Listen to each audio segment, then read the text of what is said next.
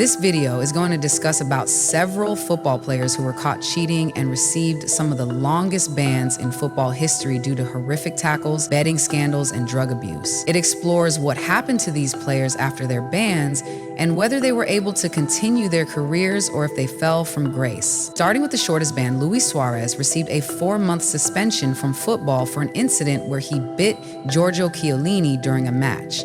At 27, Suarez was one of the top players in the Premier League, playing for Liverpool. He had just tied the Premier League scoring record with 31 goals in a season, bringing Liverpool close to winning the league title. However, his controversial act occurred on the world stage during the World Cup. As Uruguay needed him to perform well, Suarez bit Chiellini in a crucial match against Italy. Despite Chiellini showing the referee the bite marks, no immediate action was taken. Uruguay went on to win the match and advance, but Suarez was later found guilty of the biting incident, which was not his first offense. He had previously bitten Ivanovic in 2013 and another player in 2010. FIFA imposed a 4-month ban on him, along with a £100,000 fine. Surprisingly, this ban worked in Suarez's favor as it allowed Barcelona to sign him at a reduced price. After serving his suspension, he quickly made an impact at Barcelona, winning the treble in his first season and becoming part of the formidable MSN trio. Following this incident, Suarez largely avoided further controversies and became one of the world's top strikers. In contrast, Kolo Touré faced a 6-month ban due to an unintentional violation. A key player in Arsenal's Invincible squad, Touré moved to Manchester City in 2009. However, his career began to decline when he lost the captaincy to Carlos Tevez after a new manager took over. In March 2011, Touré failed a drug test, claiming he had never taken drugs. He had been using his wife's water pills to manage his weight, unaware they contained banned substances. Touré expressed shock upon learning of his ban, stating he didn't believe he had done anything wrong. After serving his 6-month suspension, Touré returned to a diminished role in the team, contributing less than before. Although City won the Premier League that year, he was no longer a key player, leading him to sign with Liverpool and later retire after a brief stint with Celtic. His ban marked a significant downturn in his career. Rio Ferdinand experienced an even longer ban, 8 months, simply for missing a drug test. Back in 2003, he was the most expensive defender playing for Manchester United. After a training session, he forgot about a routine drug test and was out shopping for bed sheets.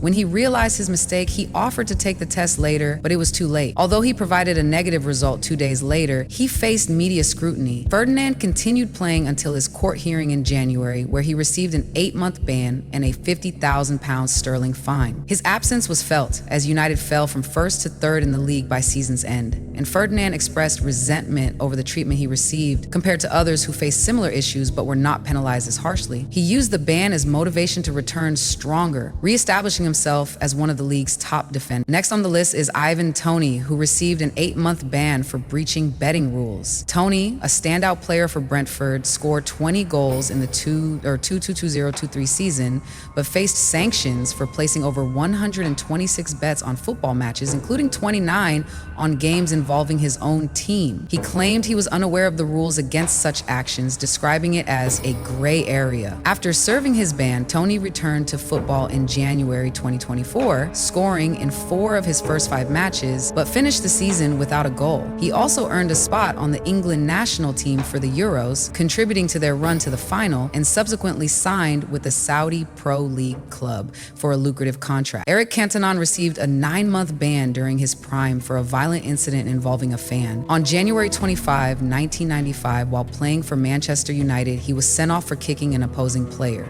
As he left the pitch, he attacked a fan with a flying kick and punches. Although Manchester United and manager Sir Alex Ferguson supported Cantona, the English FA extended his suspension. He faced criminal charges initially, leading to a potential prison sentence, which were mitigated to community service. Without Cantona, United lost the league title to Blackburn Rovers. He was crucial to their previous and subsequent successes. Cantona later remarked that his only regret was not hitting the fan harder. Sandro Tonali faced a 10-month ban due to a gambling addiction that spiraled out of control. Having signed for Newcastle in July 2023 for a record fee, he played only 8 Premier League matches matches before his suspension.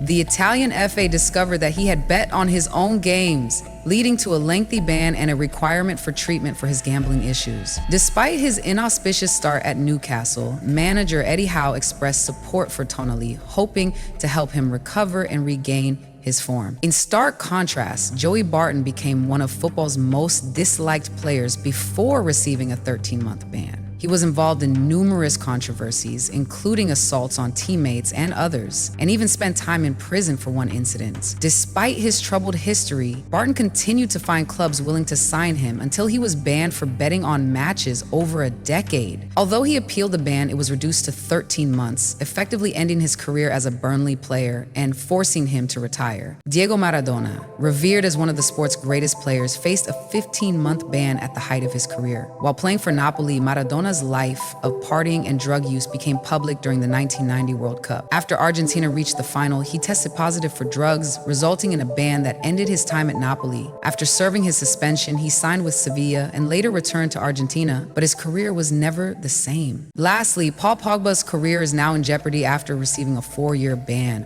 Once a star at Manchester United and later at Juventus, Pogba's future seemed bright until he failed a doping test upon re-signing with Juventus.